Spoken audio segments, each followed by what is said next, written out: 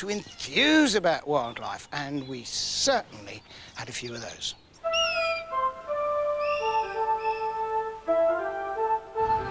I was actually born in an area where kites have always been. When we were down to half a dozen pairs, it was in mid-Wales, in the deepest parts of mid-Wales, Llandyfri, Rhandirmwyn area, and I was born there. So I would imagine I must have looked out of my pram, looked up and seen this lovely bird with a forked tail and thought, that'll be a kite.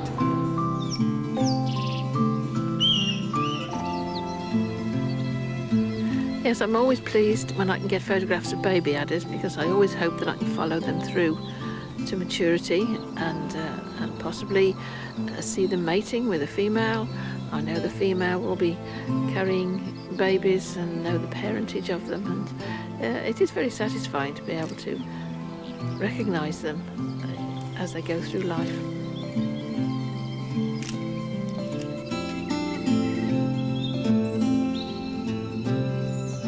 Geese are quite a big attraction for me as far as painting goes. I mean, the numbers here now are quite phenomenal.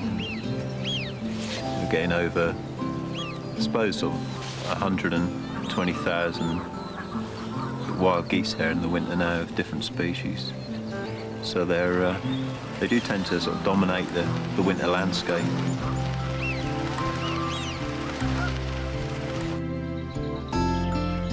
To see their heads poking out holes here and there and everywhere was absolutely wonderful. And it was quite amazing and amusing to watch them.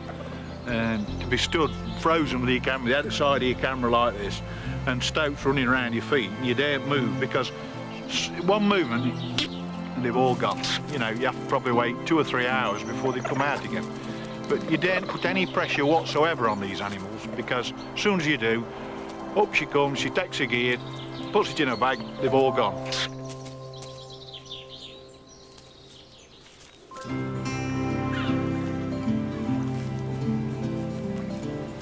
It's the male. Okay, I know this otter. He's great. He's really working his territory, I think. Those whiskers. It's got a very distinctive nose. There's a pink mark on it. And now he's putting a bit of air back into that lovely coat. It's insulation against the cold water.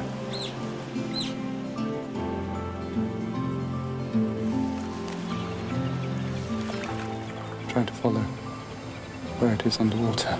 It's just very difficult. You can do it from the bubbles.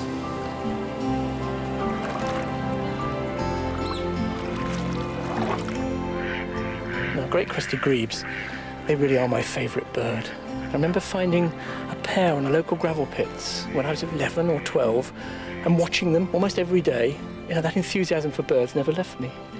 There are a lot of kids out there who are very keen on birds and bird life, and they're the future. That's really important, and that's really what keeps me going and keeps me interested in birds and people.